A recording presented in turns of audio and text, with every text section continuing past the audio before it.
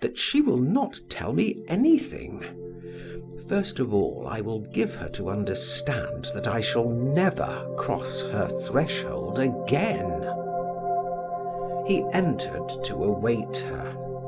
She soon arrived, and seeing him, exclaimed, "Ah, you received my dispatch. How fortunate!" "Yes, I received it at the office, just as I was setting out for the chamber. What do you want?"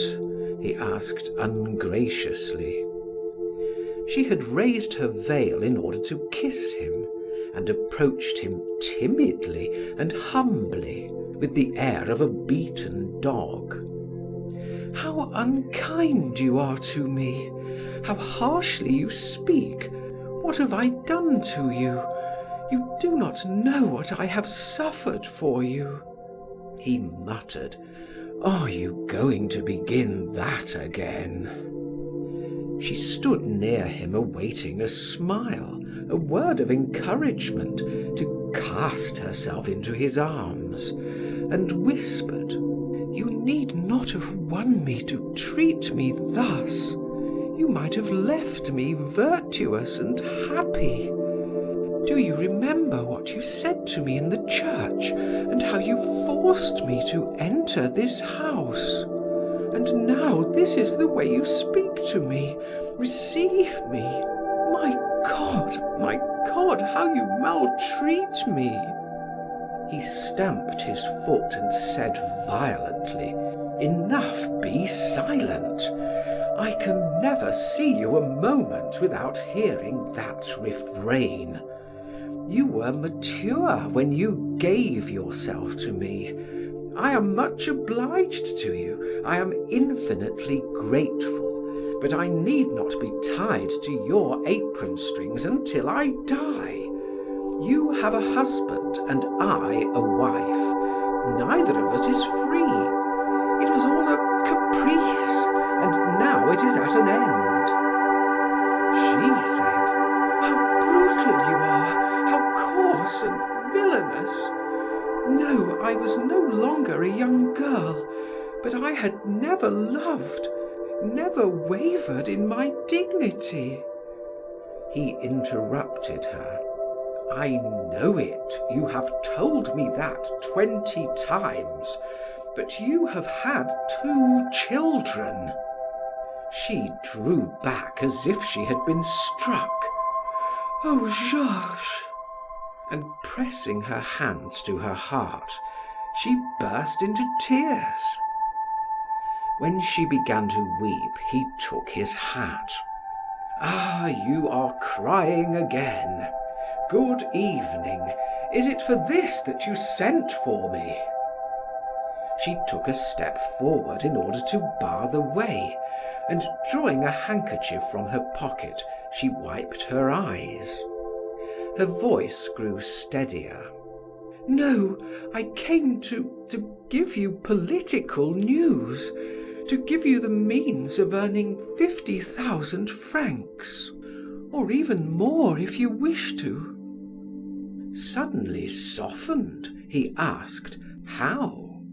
"By chance, last evening, I heard a conversation between my husband and Laroche. Walter advised the minister not to let you into the secret, for you would expose it." Duroy placed his hat upon a chair and listened attentively. "They are going to take possession of Morocco."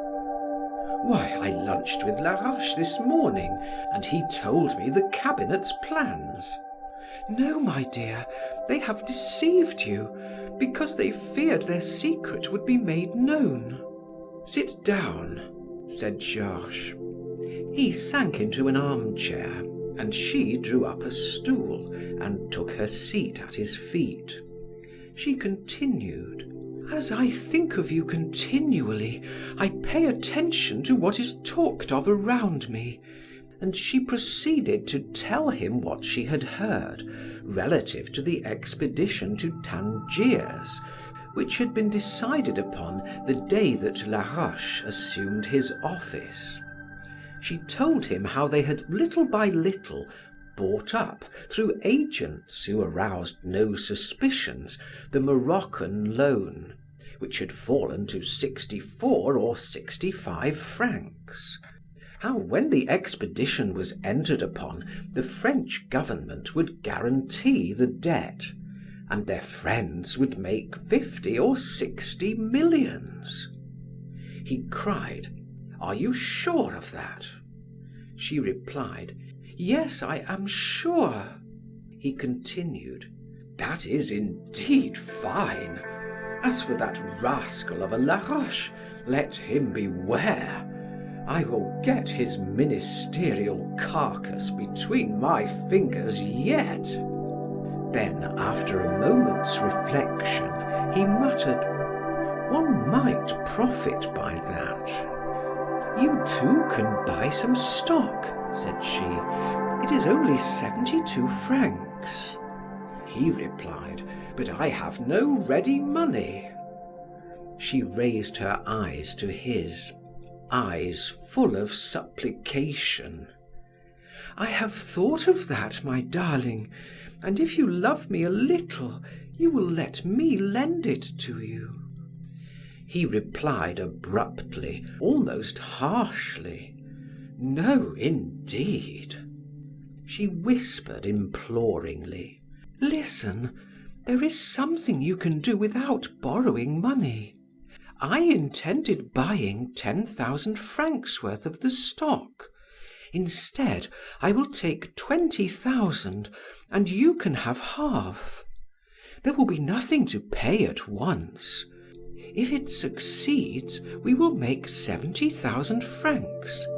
If not, you will owe me 10,000, which you can repay at your pleasure." He said again, "No, I do not like those combinations." She tried to persuade him by telling him that she advanced nothing, that the payments were made by Walter's bank. She pointed out to him that he had led the political campaign in La Vie Francaise, and that he would be very simple not to profit by the results he had helped to bring about. As he still hesitated, she added, "It is in reality Walter who will advance the money, and you have done enough for him to offset that sum." "Very well," said he, "I will do it. If we lose, I will pay you back 10,000 francs." She was so delighted that she rose, took his head between her hands, and kissed him. At first he did not repulse her, but when she grew more lavish with her caresses, he said, "Come, that will do." She gazed at him sadly. "Oh, Georges, I can no longer even embrace you." "No, not today. I have a headache." She reseated herself with docility at his feet and asked, "Will you dine with us tomorrow? It would give me such pleasure." He hesitated at first, but dared not refuse. "Yes, certainly." "Thank you, dearest." She rubbed her cheek against the young man's vest. As she did so, one of her long black hairs caught on a button. She twisted it tightly around. Then she twisted another around another button, and so on. When he rose, he would tear them out of her head, and would carry away with him unwittingly a lock of her hair. It would be an invisible bond between them. Involuntarily, he would think, would dream of her. He would love her a little more the next day. Suddenly he said, "I must leave you, for I am expected at the chamber for the close of the session.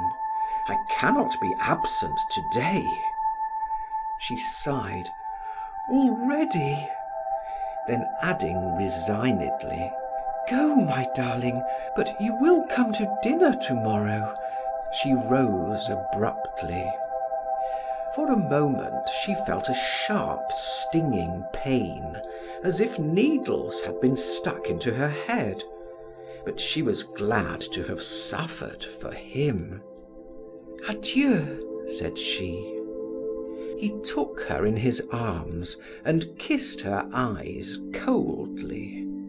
Then she offered him her lips, which he brushed lightly as he said, "Come, come, let us hurry. It is after 3 o'clock." She passed out before him, saying, "Tomorrow at 7."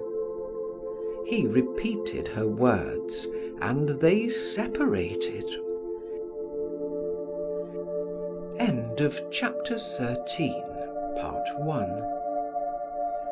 Recording by Martin Geeson in Hazelmere, Surrey.